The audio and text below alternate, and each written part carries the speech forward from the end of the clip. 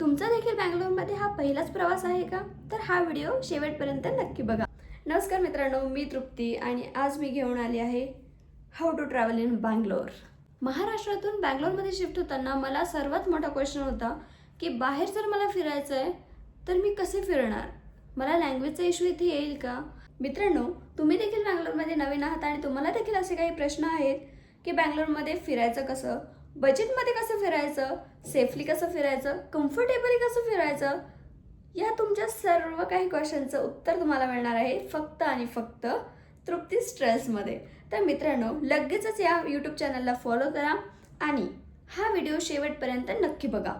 तर तुम्ही कॉन्फिडेंटली एकदम रिलॅक्स होऊन बँगलोरमध्ये ट्रॅव्हल करू शकता. काही ऑप्शन्स सांगते ज्या माध्यमातून तुम्ही इझिली बँगलोरमध्ये ट्रॅव्हल करू शकता.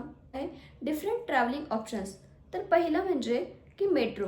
बँगलोरमध्ये तुम्हाला नम्मा मेट्रो म्हणून मेट्रोचं ऑप्शन अवेलेबल आहे. The second one is Bangalore city buses, ज्याला BMTC नाव आहे, म्हणजेच Bangalore metropolitan transport corporation.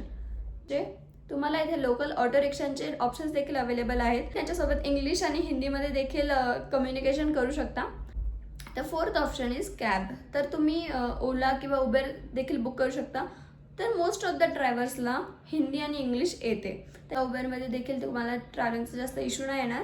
And the fifth one is तुम्हाला जर बाईक हवी असेल तर तुम्ही रॅपिडो बुक करू शकता. तिथे तुम्हाला बाईकचं ऑप्शन अवेलेबल आहे. कंपॅरिझन. तर कॉस्ट कंपॅरिझन करायचं म्हटलं तर सर्वात पहिल्या नंबरला येते बसेसचं ऑप्शन.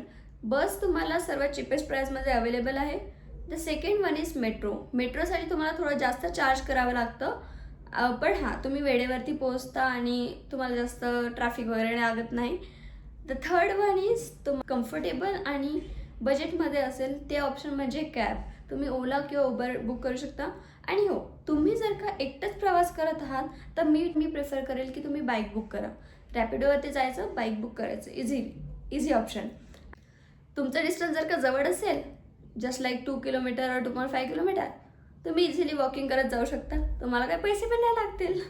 आपण जाणून घेऊयात की तुम्हाला इथे कुठले ॲप्स हेल्पफुल राहतील ट्रॅव्हल करण्याकरिता. तर पहिला ॲप म्हणजे की नम्मा मेट्रो. तुम्हाला जर मेट्रोने ट्रॅव्हल करायचं असेल तर तुम्ही नम्मा मेट्रोचं ॲप आत्ताच डाउनलोड करू शकता.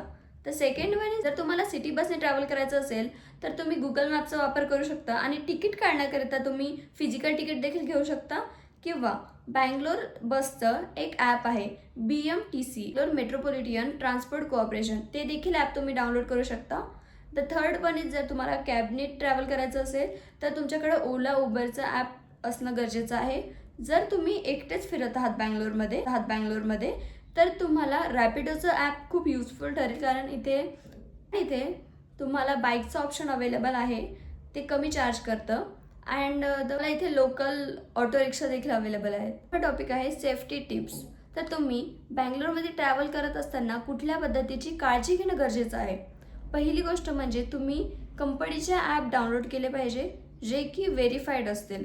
द सेकंड वन इज, तुम्ही जेव्हाही ट्रॅव्हल करता ॲटलिस्ट कोणाला तरी तुमचं लाईव्ह लोकेशन सेंड करून ठेवायचं.